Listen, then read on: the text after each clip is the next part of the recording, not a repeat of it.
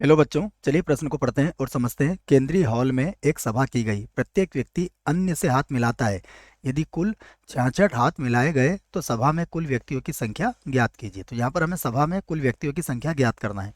प्रश्न को हल करने से पहले हम प्रश्न के लिए मुख्य अवधारणा लिख लेते हैं, जिसकी सहायता से हम इस प्रश्न को हल करेंगे। तो प्रश्न के लिए मुख्य अवधारणा में हम द्विघात समीकरण का व्यापक रूप लिखेंगे, क्योंकि यह जो प्रश्न है ये द्विघात समीकरण से ही संबंधित है।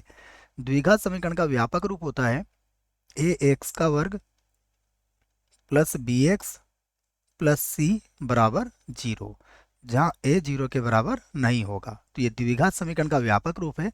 इसको हल करने के लिए हम गुणनखंड विधि का प्रयोग करेंगे बच्चों। गुणनखंड गुणनखंड विधि की सहायता से हम इस प्रश्न को हल करने वाले हैं। ठीक है।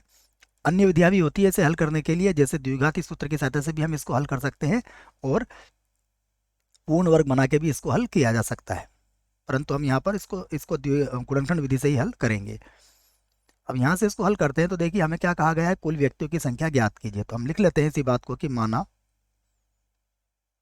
माना कुल व्यक्तियों की संख्या कुल व्यक्तियों की संख्या व्यक्तियों की संख्या कितनी मान लेंगे, हम x मान लेंगे। तो माना कुल व्यक्तियों की संख्या कितनी है, x है। ये माना जा सकता है क्योंकि यही हमें ज्ञात करना है। अब देखिए प्रश्नानुसार यहाँ लिख सकते हैं हम प्रश्नानुसार क्या कहा गया है। प्रश्न में देखिए कहा गया है कुल 66 हाथ मिलाए गए। तो यहाँ पर हम कह सकते हैं मिलाए गए हाथों की संख्या। मिलाए मिलाए गए मिलाए गए हाथों की, जी हाँ, मिलाए गए हाथों की संख्या कितनी दी गई है, हमें दी गई है 66। अब देखिए केंद्रीय हाल में यदि व्यक्तियों की संख्या x है तो x व्यक्ति कितने व्यक्ति से हाथ मिलाएगा, x माइनस एक व्यक्ति से हाथ मिलाएगा बच्चों, क्योंकि स्वयं से हाथ तो मिलाएगा नहीं वो। तो जैसे मान लीजिए 10 व्यक्ति होते हैं तो 10 व्यक्ति में से एक व्यक्ति तो वह स्वयं ही है, तो वो अन्य कितने से हाथ मिलाएगा, केवल 9 व्यक्ति से हाथ मिलाएगा बच्चों। ठीक है।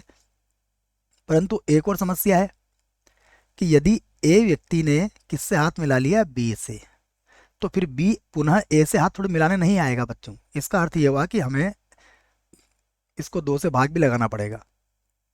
कैसे, देखो ए ने बी से हाथ मिला लिया। अब हमने जो यहाँ पर x गुणा x माइनस एक किया है, इसके अंदर तो ए ने बी से हाथ मिलाया और बी ने ए से हाथ मिलाया, दोनों स्थितियां आ गई है। तो हमें इस प्रकार की सारी स्थितियों को आधा करना पड़ेगा, अर्थात 2 से इसको भाग भी लगाना पड़ेगा। तो ये बात आप याद रख सकते हैं। अब एक 2 का इधर गुणा कर दीजिए, तो ये हो जाएगा x का वर्ग माइनस का x और बराबर हो जाएगा 132। ठीक है, एक्स का वर्ग माइनस एक्स और 2 को इधर गुणा कर दिया हमने, तो 12 और 1 13 हो गया, अर्थात 132 हो गया। 132 को आप बराबर के इधर लेके आ सकते हो। तो ये हो जाएगा एक्स का वर्ग माइनस का एक्स और माइनस का 132 बराबर कितना हो गया, 0।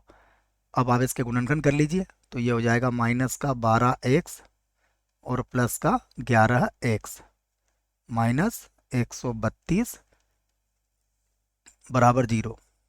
2 के समूह बना के आप कॉमन ले लीजिए, तो x आपने यहाँ से बाहर ले लिया तो x माइनस 12 बचेगा, प्लस यहाँ से 11 कॉमन ले लीजिए तो यहाँ x माइनस 12 बचेगा। अब आप क्या कर सकते हैं, यहाँ से x माइनस 12 को कॉमन ले लेंगे और यहाँ से x प्लस 11 को इस प्रकार से गुणनखंड के रूप में आ जाएगा। अब 2 गुणनखंड हमें मिल चुके हैं, दोनों की तुलना हम अलग अलग जीरो से कर सकते हैं। तो यहाँ पर x माइनस 12 बराबर 0 या फिर x प्लस 11 बराबर 0 किया जा सकता है। तो आप x बराबर कितना लिख लेंगे, 12, या फिर x बराबर कितना लिख लेंगे, -11। तो व्यक्तियों की संख्या ऋणात्मक नहीं हो सकती है, अर्थात ये तो हो जाएगा